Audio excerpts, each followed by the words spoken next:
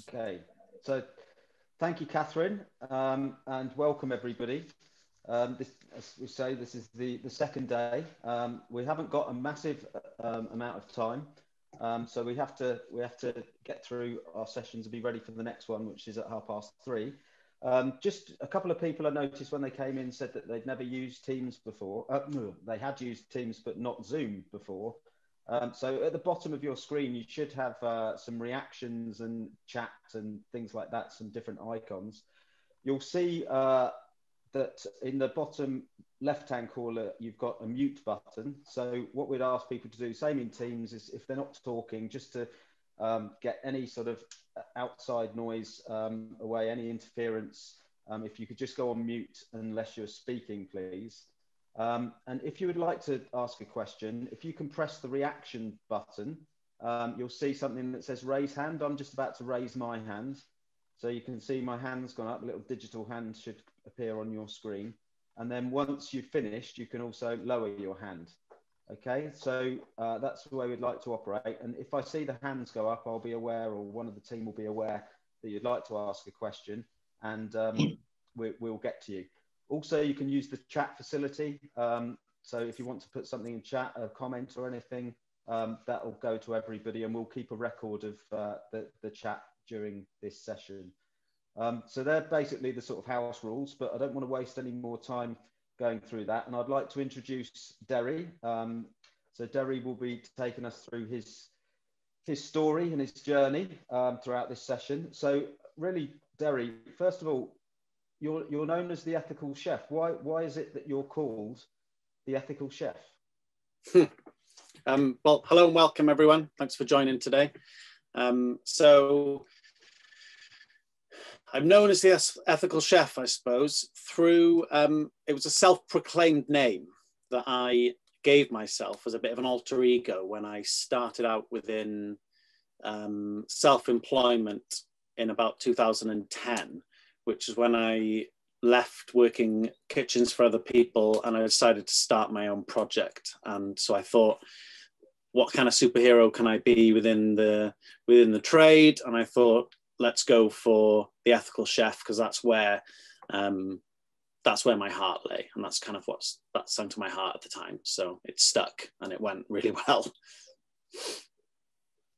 Oh, that's brilliant. So could you tell us a bit about your journey then, and the restaurant, the Warren, and sort of your philosophy and how it sort of maybe differs to other restaurants? Yeah, sure. I had quite a idealistic fantasy kind of idea of what it would be like to work in a kitchen. I was drawn into the food industry through River Cottage and the Hugh Fearnley-Whittinstall kind of series that were going on. And so I thought, yeah, this is exactly what I want to do. I want to live this kind of life and I want to be in this industry. So I started in my local restaurant, the best restaurant in my town, and it was nothing like what I imagined. There was horrific amounts of waste. There was pre-prepped food. There was there wasn't a pleasant environment, supportive, pleasant environment. And I just thought, this isn't what and vegetarianism was something that was on my mind at the time too. And that was kind of laughed at and pushed to one side, and sustainability wasn't even a topic when it was something that was really high on my agenda. So I quickly jumped ship to a new restaurant, which was called Cafe Paradiso over in Cork in Ireland. And that was at the time, the World Restaurant Awards had voted it as one of the best vegetarian restaurants in the world, if not the best. And they continued to win awards at this competition. So I went over there, and it was a complete game changer for me. All of these things that I was talking about and thinking about, they were doing them there. And I stayed there for a couple of years, and I thought, that's what I want to bring back to my country. So that's what I did. I came back to Cardiff then, and then I set up the Ethical Chef basically through blogging and going to farmers markets with it was actually called a camping chef stove. And I would set my stove up with my gas canister and my knife and board, buy my produce from the people on the market that morning, and I'd cook up lunch for people. And that started getting quite a momentum. And one thing led to another. I was invited to go to Glastonbury. I went to Glastonbury, cooked there, and jumped on this street food bandwagon at the time. That's when it was just picking up in Cardiff. It was about 2010, 2011. And then I managed to win a street food award. And at those awards, I just thought, right, now it's the time to look for a premises. And that happened to be one that I found in Carmarthen, which is where I went to school. And I was born and my family lived there.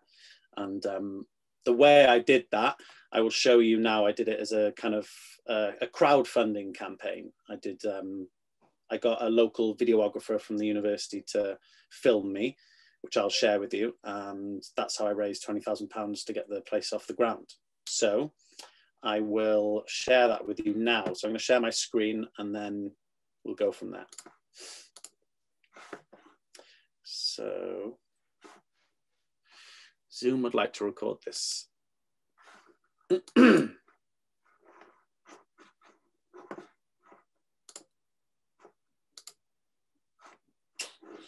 on 1 second, it's not being friendly with me.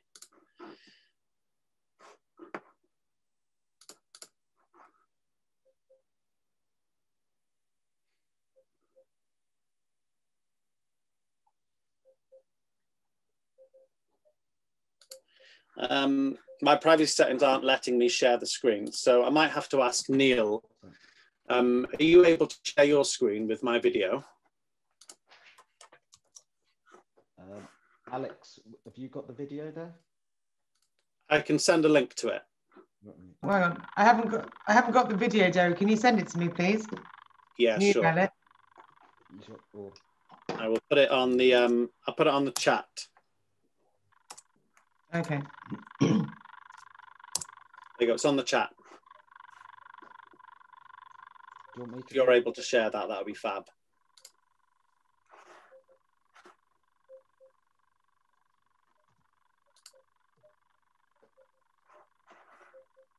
Mine is.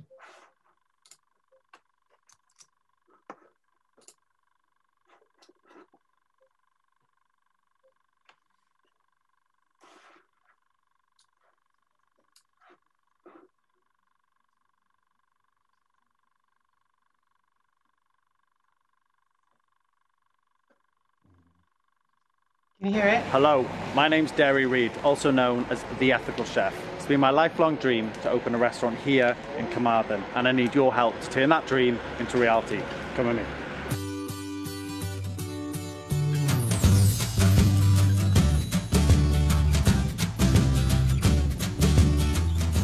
Come on in. Let me tell you all about my new venture, The Warren, and I want you to get involved. This is going to be Carmarthen's latest bar, restaurant, and cafe. Think homemade gins, wine, craft beer, freshly ground coffee. Think a 70-seater restaurant. And last but not least, the biggest kitchen you can imagine, where I can put everything that I've learned into practice over the last 10 years.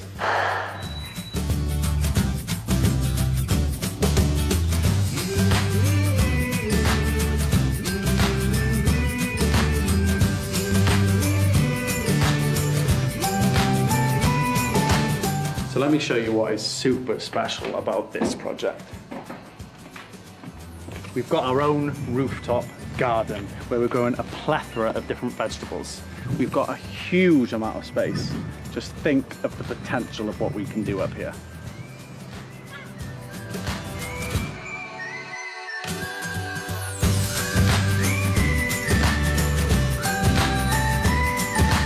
To get this project off the ground, we're aiming to raise £20,000, and we got some fantastic rewards for people who want to get involved. So pledge now and let's make this happen.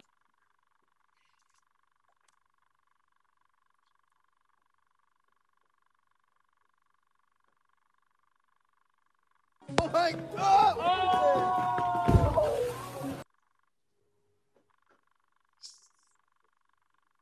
Okay. Back. Great, thank you.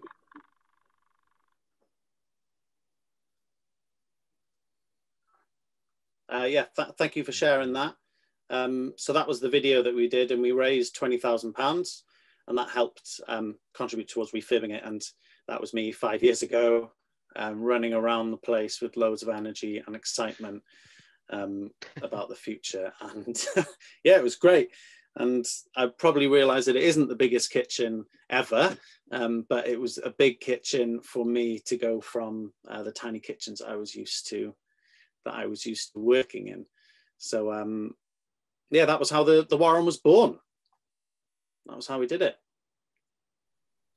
It sounds excellent. So how quickly did you manage to raise the money? Was it a fantastic response that was quick, or did it take a few months? Or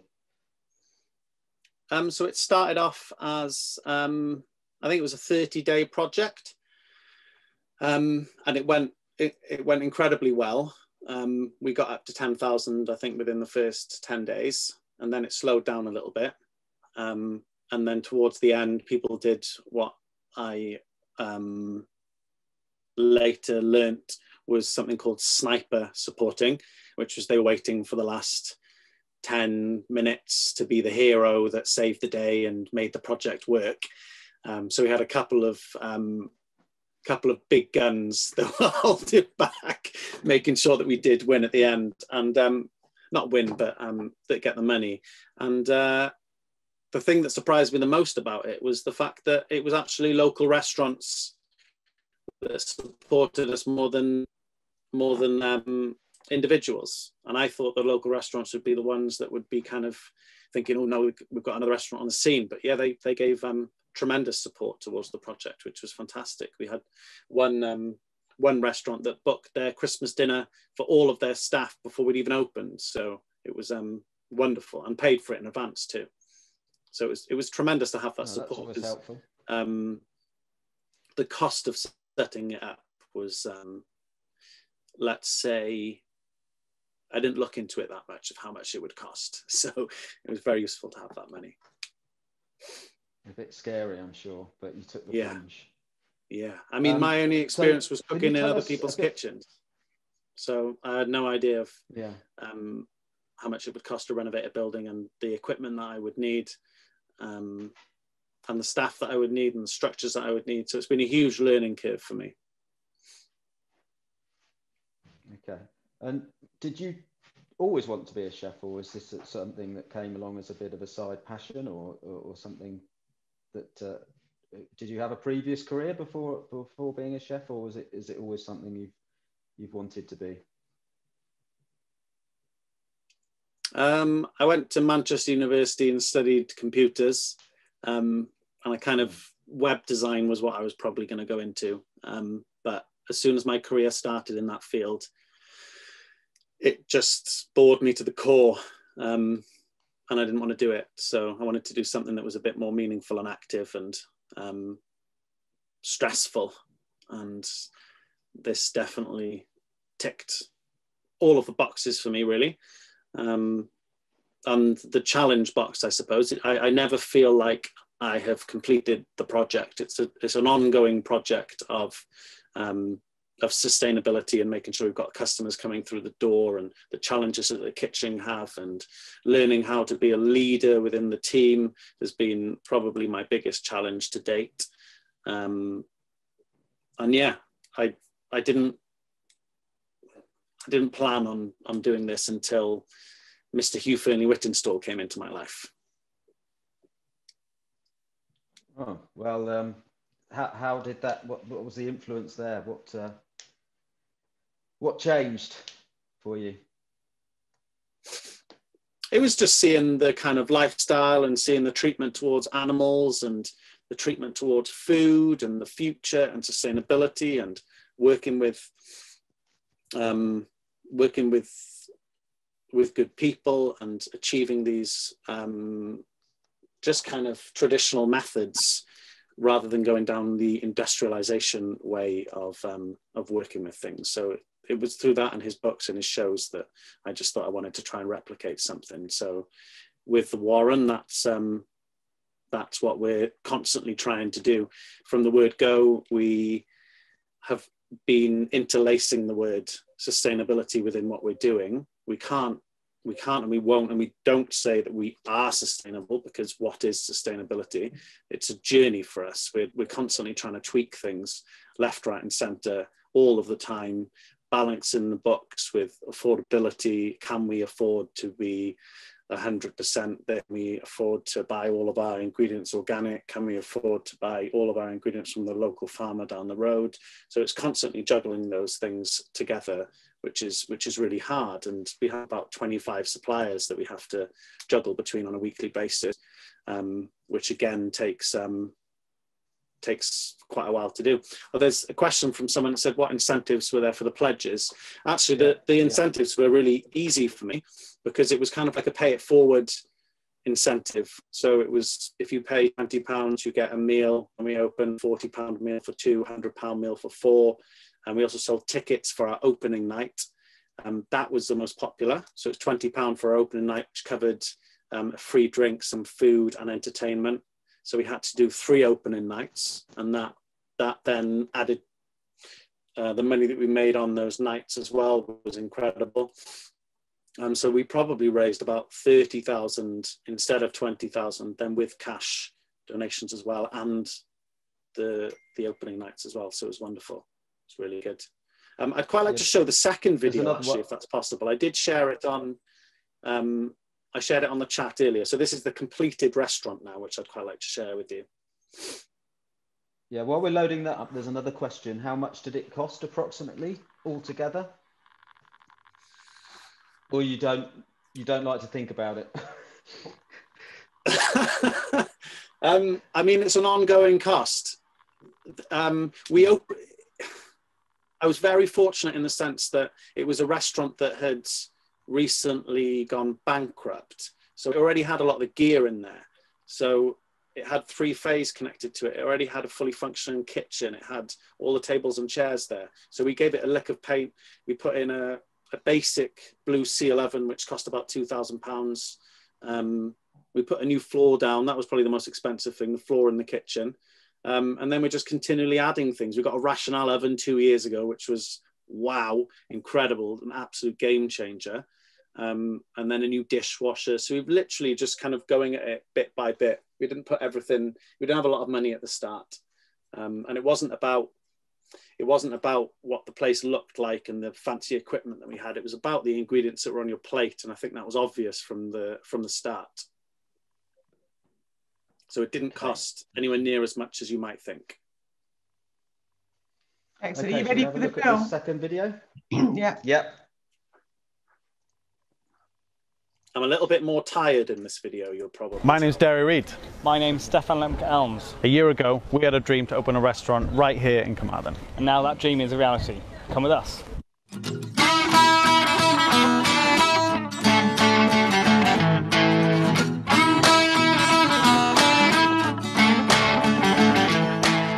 Croeso i'r Warren. Welcome to the Warren. Come check out what we've been up to for the last year. We're serving Cold Town coffee, 12 different types of gin, French wines and local craft beers. Also, here's the 70-seater restaurant.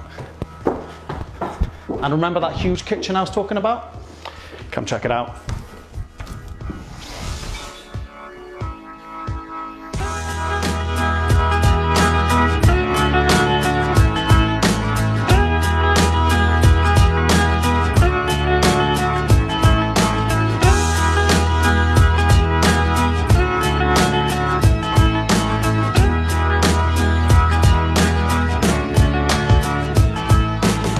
You know that super special garden we had on the roof? It's now grown into a polytunnel.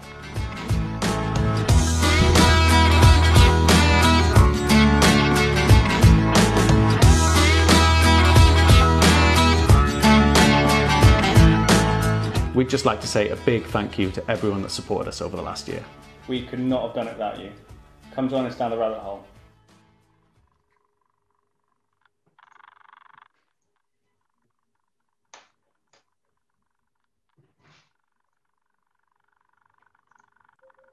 So yeah, that was it. And it was just the follow-up video to show people what we did. And as you can see, the kitchen was very, very simple, basic. And it was more about the romantic story, I suppose, having the growing our own vegetables in the polytunnel and being a community restaurant too. It was not just about serving food, the board games and the quiz nights, and we did open mic nights too. So it was really kind of just bringing people together of like-mindedness, and they've been supporting us ever since. They've been incredibly helpful during the coronavirus pandemic, buying vouchers, keeping us going. They don't want to see us close, supporting our staff. So it's been fantastic. That's brilliant. It's a great story. Can you tell us a bit more about the Sustainable Restaurant Association, because you're heavily involved there, aren't you? So the SRA were established in 2010, and I really liked what they were standing for. It's two restaurateurs in London who got together and wanted to help support the industry in becoming more sustainable. So I signed up to them as the ethical chef. I thought, fantastic. I didn't have a restaurant, but I just thought, well, I want to be standing for something. So I signed up to them back then. And what they do is they help you with things like frameworks for your business. They help you with staff training. They do help you with your marketing. They do certain campaigns. They'll organize things like a food waste campaign that you can jump on, and they show you how to track your waste, and then show how you can record it, and then they'll promote your workings for you. Because when I started out with the sustainability journey, it was, let's just say, it was quite niche, I suppose. It was only the kind of the people that went to farmers markets or a certain demographic that were actually interested in sustainability. Whereas for me, it was a big thing. So the Sustainable Restaurant Association helped me promote the fact that I was doing that.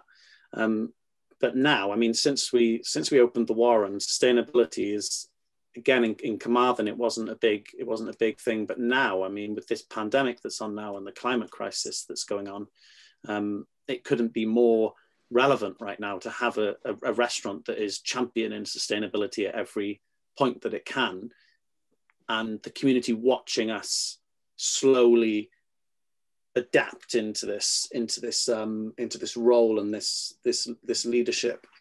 We in the last 3 months, the cost of renewable energy has dropped significantly, and we're now actually running the restaurant. I can't believe it, but we're now actually running the restaurant on 100% renewable gas and electricity, and it's only a slightly little bit more expensive because the cost has come down dramatically. So the SRA are people that will help us champion that, and they do something called a Sustainability 101 kind of day. They usually do it in the Excel. They did it in the Excel Theatre or Centre in London last year. Unfortunately, they couldn't do it this year, but they're going to be doing it online. But I've got the slides from that, and that's what I'm using on my Chefs Forum. That's what I'm using on my Chefs Forum demonstrations with the students, which I'm going to kind of flick through with you. I can do that now, actually. I know I'm not able to share my screen, so what I'll do, I'll send that link over to you. You see if you can open it. Yeah. Can I get your email address, and I can forward it to you? Can you send it to me, please, Derry? Yeah, sure. So it's Alexandra. Is it a PowerPoint? It's a PDF. PDF, okay.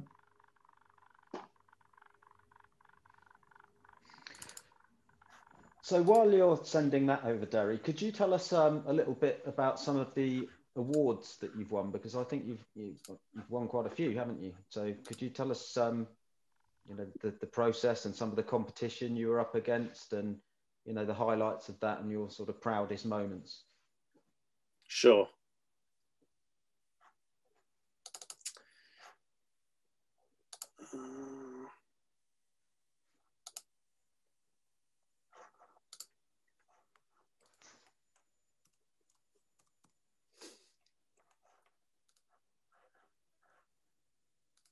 Sorry, bear with me 2 seconds. I've got your email address. I'm just sharing it to you now, and then I can crack on. Sorry about that. I don't know why it won't share.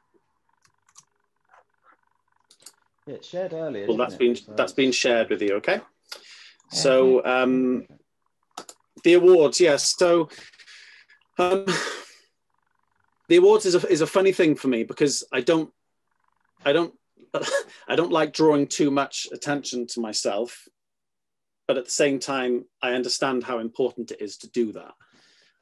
So one of the awards, the first awards that the restaurant got was the Good Food Guide 2019. We're running an award which was for the best new local restaurant. So it was quite a specific award because you had to be new, you had to be supporting sustainability. And I just thought, well, and doing things local for the community too. So something a little bit different. So I just thought, well, actually that ticks all of the boxes for the Warren because we're not a Michelin star restaurant. We're not going for those kind of awards or rosettes or anything like that. I thought, okay, great. And the Good Food Guide is fantastic. I never thought that we would ever get into it. So I put a little video out, a pledge out, just to say we've been going for 2 years now. It would be really great if you could put us forward for a nomination to see if the Warren had any chance of winning. And to my absolute surprise, we got it, and we got in the book. So we're now in the 2019 and 2020 Good Food Guide. And we got a little medal, and it put us on the map. It just took us to a new level, and the people that look at the Good Food Guide, they got a huge following. We then get mentioned in the Waitrose magazine every so often, and it's been really, really good. And then off the back of that, the Observer Food magazine were doing an ethical project award. We got a runners-up in that, so we got mentioned alongside that, so that was good. But the big one was from the Sustainable Restaurant Association, which I put myself forward for because I felt like I was ready 10 years after being a member. And with the achievements of the Warren, they were actually kind of they weren't just blogged about in small markets like once a week. This was something that was an ongoing project, and we were achieving fantastic things, and we still are achieving great things there. So I thought, let's go forward for this one. And I went up, and I was up against someone called Connor Spacey, who is a food waste chef over in Ireland, and then a lady called Chantel, who specializes in fine dining, kind of vegetarian, plant-based food. So two very, very talented chefs in the scene. And yeah, I won it and got a fancy medal and met Mr. Raymond Blanc. And I've held the title for 2 years because they didn't have another ceremony this year because of coronavirus. So I'm pretty chuffed with that. So yeah, I'm the Sustainability Ethical Chef of the Year from the Sustainable Restaurant Association. And I'm very proud to hold that. And I'm proud to be able to practice that within the Warren. So those are the awards that we've had, the really good awards. That's brilliant. Congratulations. Thank you. I think thoroughly deserved as well. So Alex, have you got the slides ready? Do you want to? No, it hasn't come through, Derry. Was it quite a big file? Is it Yeah, I shared a Google Documents file with you. Ah, okay, I didn't know. Right, okay. But if it doesn't come through, I can I can just briefly flick through what it does anyway. So it's a PDF. It's a PDF file, and it kind of splits down the aims of sustainability within the industry, I suppose, and within everyday life. So it splits into 3 pillars: sourcing, society, and the environment. And within sourcing, it's about celebrating local and seasonal, serving more veg and better meat, sourcing fish responsibly, sourcing global farmers, And then within society, it's about treating your staff well. So a lot of that might be overseen when it comes to sustainability, but that's something that we've constantly been kind of chopping and changing and working around how to look after our staff as best as we can, because they're the ones at the forefront of the operation. So treating our staff has always kind of, we were constantly reminded that it's the staff that we need to look after first, followed by everything else. And then supporting the community too. So we've done a lot of projects within the Warren that are helping the community. We did a Feed the NHS campaign when we went into the first lockdown for 6 weeks. We were feeding our local hospital. We did about 1,000 meals for them. The open mic nights and the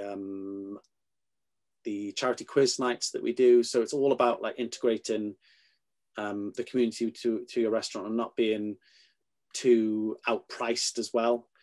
Feeding people well is under the societal pillar, and it's really important to make sure that there's good, honest, wholesome, healthy food that you're feeding people. Because if I wasn't doing that, or that I wasn't interested in that, I probably could have opened a restaurant that was doing the opposite and make a lot of money from selling these fast food items. So it's much more difficult feeding people really good, healthy, wholesome food, but it seems to be much more trendy now. So before we were shut down or closed because of coronavirus, we were doing really well.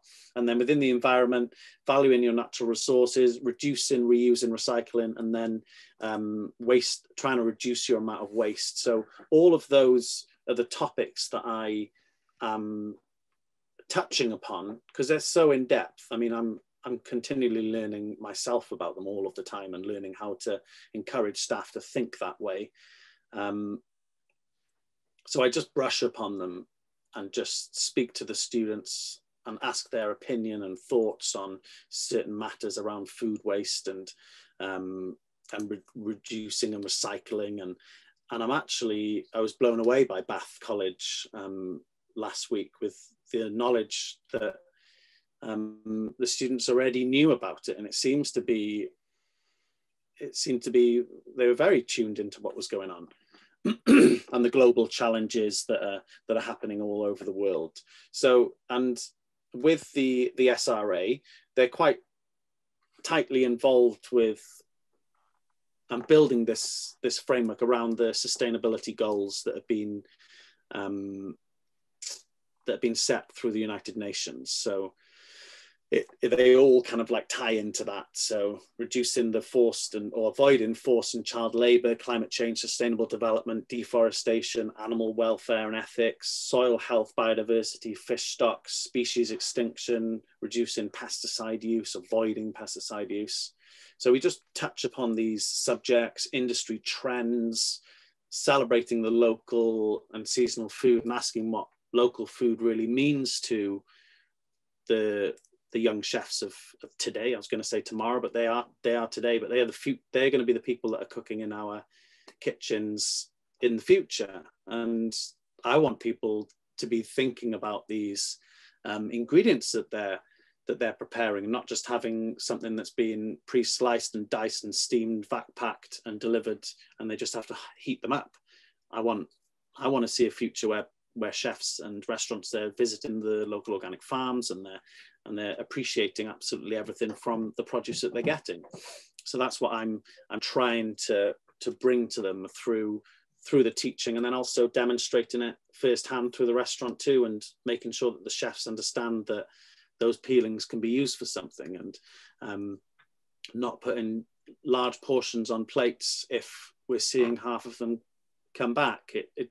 It's not about, if we need to be recording this information that comes back, otherwise we can't make food reduction changes without statistics and seeing things that are going on, really. So that's a little brief outline of what the SRA do. You can join them. It costs about £50 a month at the moment, but they're looking at having different options to join more as a kind of member of the general public rather than signing up as a restaurant, because they also rate you on a star system, 1 to 3, of how sustainable that you are. And the Warren, we're still teetering between 1 and 2 stars, because we haven't quite got all of the framework implemented into the restaurant yet. So we're by no means sustainable yet, but we are constantly on that journey, and that's why I like about the project, because it's showing other restaurants that we can all be part of this sustainable, ethical journey. It's not. It's just the changes that you need to make and how to do them. So Derry, we've it's had Catherine quite a few here. questions coming in, but Sorry, I'm here. Sorry, Neil. You touched upon your virtual session with Bath College. Can we hear from Stephen Wesley from Bath College how the students reacted to Derry's session, please, Stephen? Yeah, you certainly can. They reacted very well, as Derry, I'm sure. Well, Derry has already said how blown away he was. I must admit, I was blown away myself with their knowledge. It's a fascinating subject, and Derry's got a vast amount of knowledge to kind of give over, and they just lapped it up, you know. And I thought the way it's presented, and I must say it's a very long presentation, and I've had to arrange with Rebecca to get Derry back in a few weeks' time and probably again after that as well to finish the presentation and get. I think we got as far as vegetables and meat, but we need to go on to sustainability of fish. And yeah, I think, you know, I can't wait to get him back, really, and because it was such a good session. That's fantastic. Thanks a lot, Stephen. It's Rebecca. Can you hear me? Becky? She's had to go to the school. Oh, school. Yeah. Have we got anyone from Pembrokeshire College, or have we done Pembrokeshire remotely yet as well? I think Wendy's here, aren't you, Wendy? I think Nikki. Hi, yeah, I'm here from Pembrokeshire College. We'd be delighted to see the videos if we could, but also we're so nearby. When everything's open, we'd love to come and visit. The restaurant. Wonderful, you're more than welcome.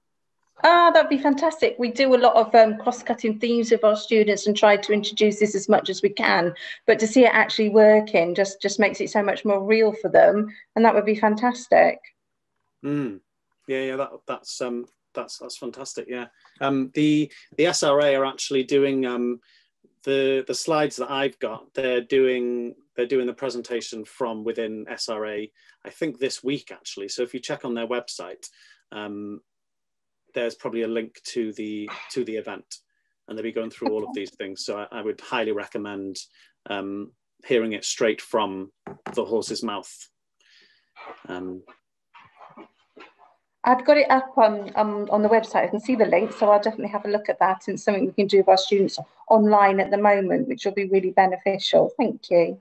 Yeah, I'm sure they'd learn a tremendous amount. And these slides, they usually do take about half a day to get through, with having regular breaks in between it and regular discussions with students about these pillars and their thoughts around things. So a lot of it is kind of common sense when you get into exploring these subjects with people. It's just, if you don't have those conversations and you don't explore it, then it's very easy within the restaurant industry for people to put it to one side and just think, well, the job is to peel all of these onions. The job is to make this plate.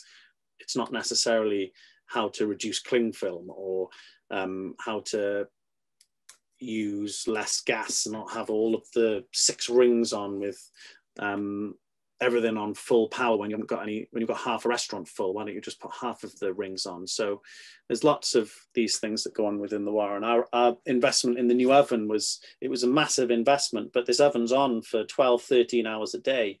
and it's got an energy saving rating on it now. It's got triple glazed glass on these Rational ovens. So yeah, okay, they are very heavy and expensive pieces of kit, but in the long run, they reduce the amount of energy tremendously within the restaurant. So I highly recommend Rational, their equipment.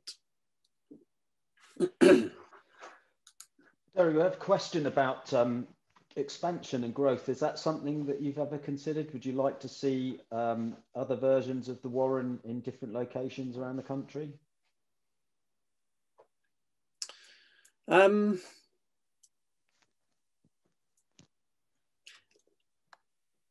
I'd like to see concepts similar to it. So I think this is what the SRA are doing, is encouraging restaurants to have similar frameworks to each other. So I don't have any ambition to open lots of Warrens around the place. But I would love to see other people running their restaurants putting sustainability at the forefront of things, and helping people do that. I love the work that I'm doing with the Chefs Forum, which is fantastic, and kind of sowing the seeds for the future of people and showing them that that you can open a restaurant, you can take on a kitchen. You don't have to have copious amounts of money to do it. You just kind of have to think very much so outside the box. And for people who've got those passion inside them, I want to be able to show them how to put that passion into practice, I suppose. So yeah, opening more Warrens, I don't have that in me. It's quite a unique and special venue, the Warren, and I don't think it's really replicable. But if you had something like the Warren, say in Bath, you'd be using all of your local suppliers in the area, so your dishes would be completely different. But the concepts could be exactly the same. Yeah. You mentioned a great reaction from the students when you've been into college. How do you find employing people? Do you ever find it difficult that maybe people come in and they don't share the same sort of ethos as you? And how do you deal with that if somebody doesn't share that? And does that sort of get in the way of, you know, the work and the intentions of what you've got in mind?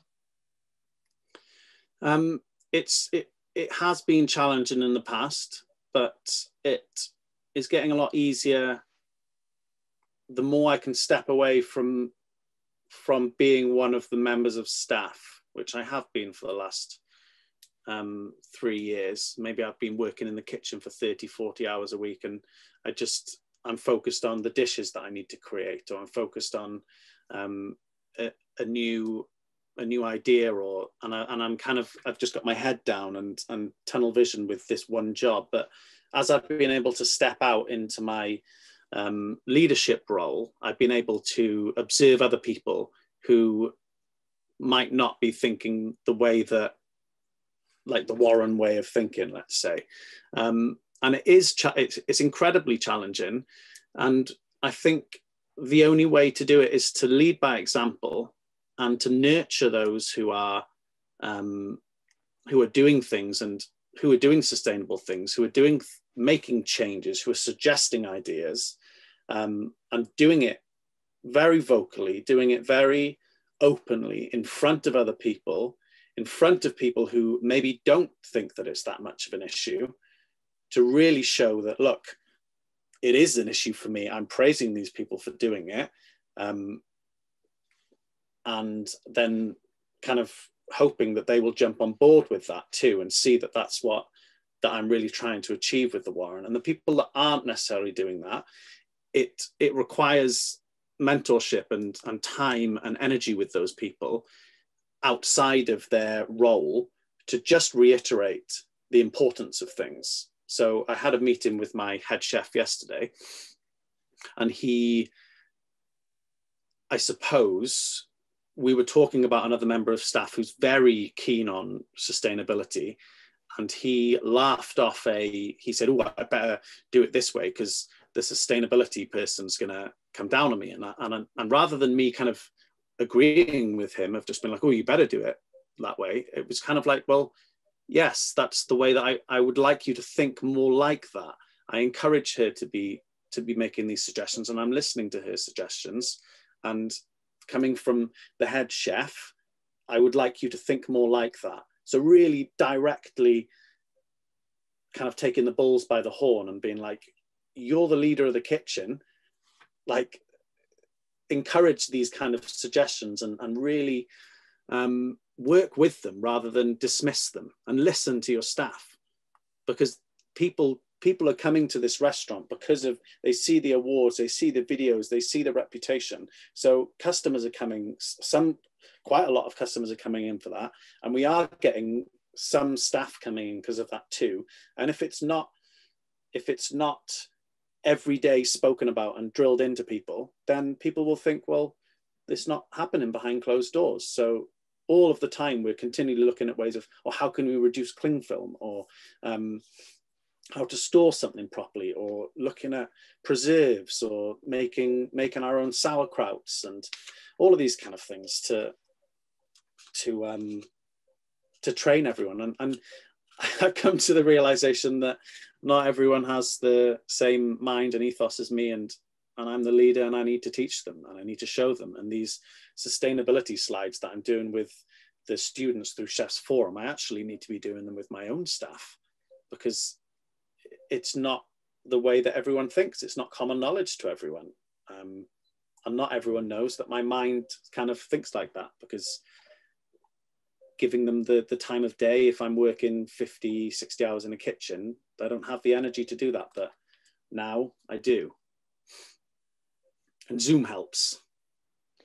Yeah, because I was thinking that it's more than a restaurant, isn't it? It's a belief system. It's a culture. And I was just thinking before I asked the question that everything has to stand up, doesn't it? Everything has to stack up, sorry, in terms of it's got to be authentic, and it's got to be real. And, you know, I think by winning the awards and your journey to where it is now has proven that you've been able to do that.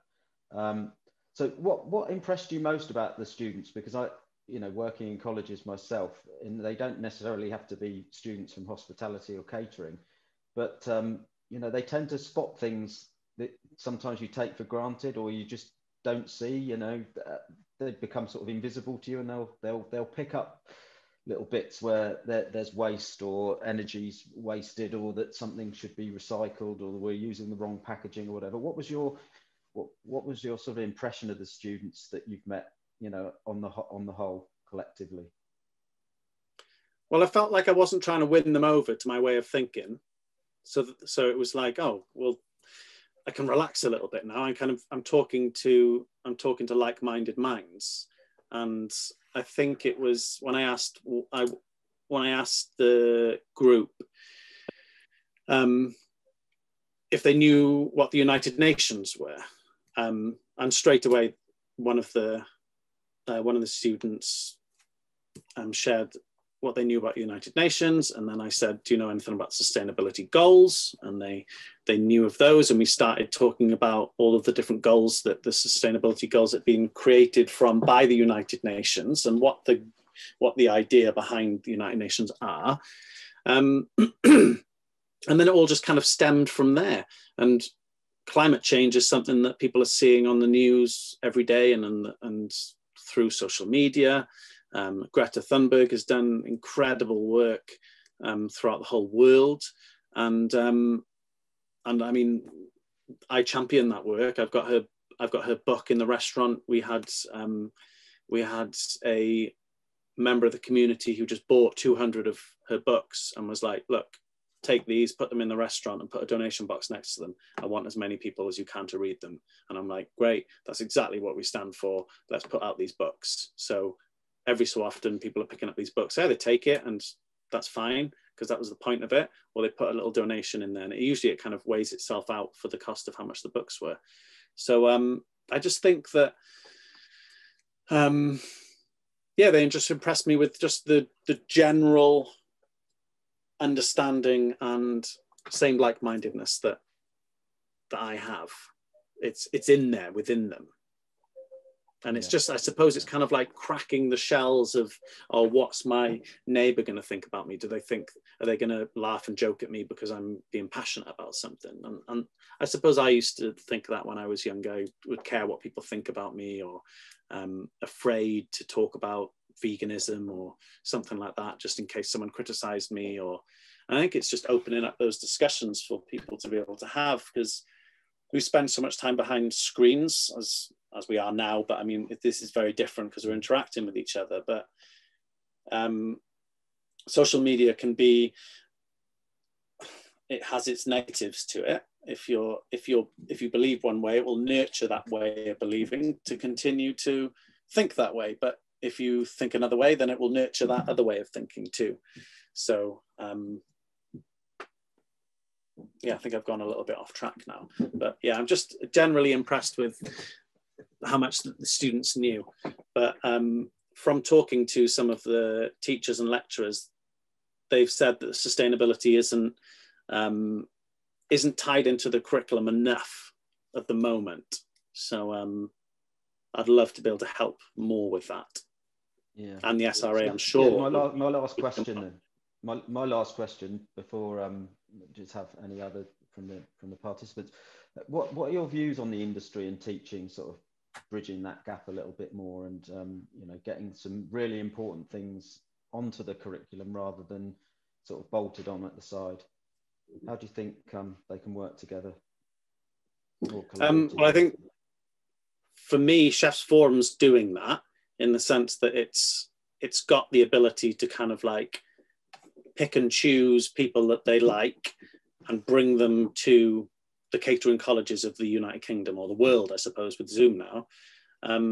So you guys have got that ability to start that movement off. And I suppose it's the more that you shout about it, the more campaigns that go out, the more people that support the Sustainable Restaurant Association, the Soil Association, Sustainable Food Trust, all of those kind of things. I think potentially having some sort of campaign that goes on that people can jump behind to say, look, we really want to change industry. Jamie Oliver did a fantastic job when he was doing the school dinners. It had huge momentum to that. I think we could do something similar on a sustainability front with the chefs of the world. There's a fantastic movement called the Chefs Manifesto. Has anyone here heard of the Chefs Manifesto? Yes, I have. Arthur Potts Dawson did a lot of work with the Chefs Forum back in 2014, and he was actually one of the founding members, isn't he? Yeah, that's right. So I've met Arthur on a few occasions now, and he's a huge inspiration for me with his work that he did. The People's Supermarket, I absolutely loved that concept, and some of the restaurants that he's opened in London, and now he's at Omved Garden in London. And yeah, I follow his work passionately. And so the Chefs Forum is kind of like, it's a whole collection of chefs that, again, like-minded chefs thinking like this and making big changes around the world. And so, yeah, getting this written into curriculum for youngsters or people that are going into the food industry, because at the end of the day, these people are controlling what's going into the mouths of people that go into restaurants. Like, it's a huge responsibility that I think needs to be recognized a little bit more. They need to be trained well, because they're going to be feeding the future people of going to restaurants, you know. So I think it's really important. Yeah, absolutely. That's brilliant. I learned a lot. Most of my trade was learned on the job. And if I was learned on the job in a sustainable restaurant, it would have been fantastic. That's what I wanted. But I went out and I kind of taught myself, I suppose. Okay. Well, thanks, Derry. Is there a final question from any of the participants before we close up? We've only got a few minutes left now. Would anyone like to whip their mic off and ask Derry a final question?